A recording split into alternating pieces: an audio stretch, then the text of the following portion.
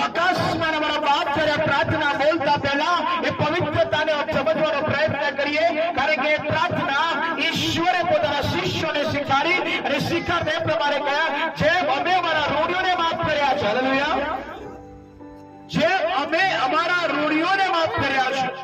મતલબ કે મેં મારી ભાભી જોડે બનતું નથી, મારા ભાઈ જોડે બનતું નથી, મારા મા બાપ જોડે બનતું નથી, મારા અડોશ પડોશીઓ બનતું નથી, મારી સોસાયટીમાં બનતું નથી. આજે મારા પ્રિયો તમારા ઘરે જઈને જો સ્વર્ગમાં જવું છે, તમે દારૂ બોલતા નથી, આભાર, દારૂ પીતા નથી, આભાર, તમે ભલા કામ કરો છો, આભાર,